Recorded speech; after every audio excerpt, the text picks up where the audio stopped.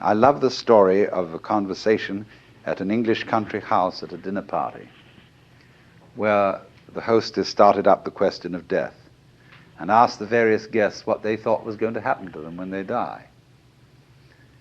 And some thought about reincarnation, and others thought about various kinds of different planes of being, and others thought they were going to be annihilated. But none of the guests had answered except Sir Roderick, who was a kind of a military type, but a very devout pillar of the Church of England. He was the church warden, chief of the vestry in the local country parish. And the lady said, "Sir Roderick, you haven't said a word. What do you think is going to happen to you when you die?" "Oh," he said, "I am perfectly certain that I shall go to heaven and enjoy everlasting bliss, but I wish you wouldn't indulge in such a depressing conversation."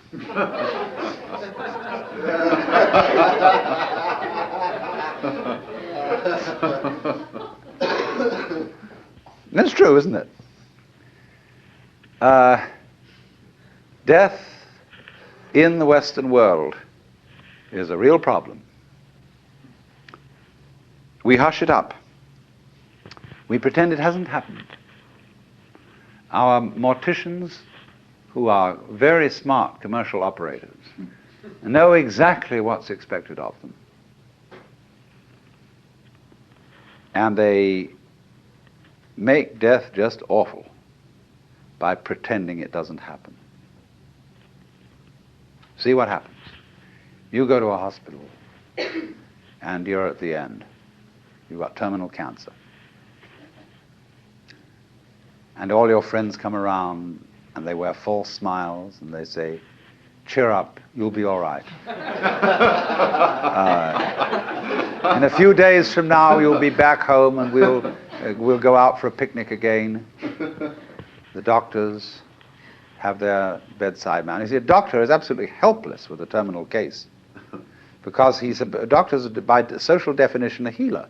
And he's not allowed to help you die. He's out of role. Even though, he may sneak behind the rules and do it, but he's definitely, he's got to heal you. So he's going to keep you indefinitely on the end of tubes and all kinds of things, while there's a certain grave demeanor to all this, and all the nurses are so pleasant and so totally distant because they know this is death. And they mayn't be frank with you. That's why they feel distant. It's not that they're not concerned. It's not that they're heartless people, but that they just don't know how to be frank, like lots of people when they meet a drunk. They don't know what to do with a drunk because he's not behaving right. And so when you're dying, you're not behaving right. You're supposed to live. See, so we don't know what to do with a dying person. We don't get around that person and say, listen, man, I've got the news for you. You're going to die. And this is going to be great. Look, no more responsibilities. Don't have to pay those bills anymore. Don't have to worry about anything. You're going to just die. And let's go out with a bang. Let's have a party, see? We'll put some of that morphine in you so that you won't hurt too much. But we're going to prop you up in bed, and we're going to bring all our friends around, and we're going to have champagne, and you're going to die at the end of it, see? And it's going to be just marvelous. Just like being born, see? When we had birth problems, see, all women used to think that birth had to be painful. It was good for them. It was one of the things you had to suffer because you'd been screwing around with people, and therefore you had to have a child, and it's got to hurt. And then the doctors got together and they scratched their heads, and the man called Grantley Dick Reed said, "No, birth doesn't hurt, it's natural." All we've got to do is to talk these women into the idea that it doesn't hurt, that all these so-called pains are just tensions, and that birth is great. It's not a disease. It's not really something you ought to go to hospital for, because you associate hospitals with diseases and sickness. Birth isn't sickness. All right, now let's do some new thinking. What about death? Is death sickness? Or is it a healthy, natural event like being born? Of course it is. So, I mean, a little change in social attitude about this will fortify everybody else. I mean, if I'm alone and all my relatives are going, and kind of pretending to me, it's going to be hard for me. I've got to challenge the whole bunch of them and get my dander up and say, listen, damn you, I don't want all this thing around here. You've got to take a different attitude about my death. Well, that's hard. But if everybody helps me, and we do, we're all one body, if they all come around and say, congratulations, you're going to die. Liberation. Liberation now, you see. Because just before you die, I mean, look, I know very well a skillful priest handling a person dying can do this for them. But he has to talk very, very, very straight. And he has to say, listen, these doctors, don't you pay any attention to them. They're trying to amuse you and deceive you. You're going to die. This isn't terrible. But it's just going to be the end of you as a system of memories. And so you've got a great chance right now, before it happens, to let go of everything. Because you know it's going to go, and it is going to help you. It's going to help you let go of everything. So if you have any possessions left, give them away. Give everything away. And if you have anything to say that is you felt that you ought to say before you die, and that you're kind of hanging on to and it's bothering you, say it. I mean, I don't mean necessarily a last confession, but say it said that Adlai Stevenson, shortly before he died, said that he had been making a monkey of himself because he didn't agree with the government's policy about something or other. You know, he had to get that off his chest because he had a little thought in the back of his mind that things were catching up with him. You see? So the moment comes when this thing called death has to be taken completely, not as some ghastly accident, something that all the friends are going to stay away because you're awful.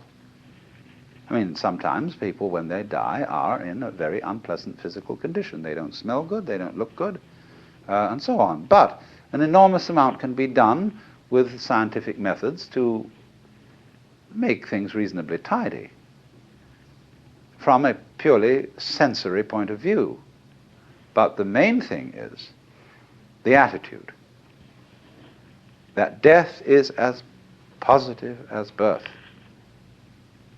and should be a matter for rejoicing, because death is the symbol of the liberation. There is a wonderful saying that Ananda Kumaraswamy used to quote. I pray that death will not come and find me still unannihilate. In other words, that man dies happy if there is no one to die. In other words, if the ego has disappeared before death caught up with it. But you see, the knowledge of death helps the ego to disappear, because it tells you you can't hang on. So what we need, if we're going to have a good religion around, that's one of the places where it can start. Having, I don't know, well, nowadays I suppose they'd call it the Institution for Creative Dying.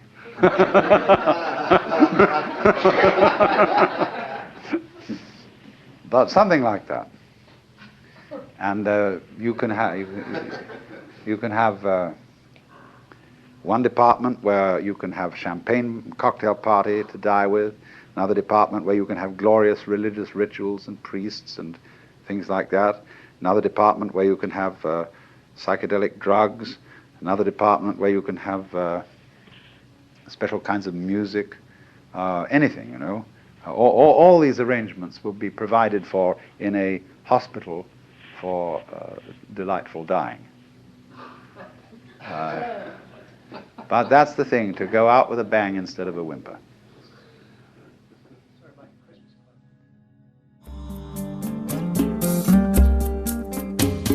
Out of Your Mind now continues with the next lecture from the World as Emptiness lecture series.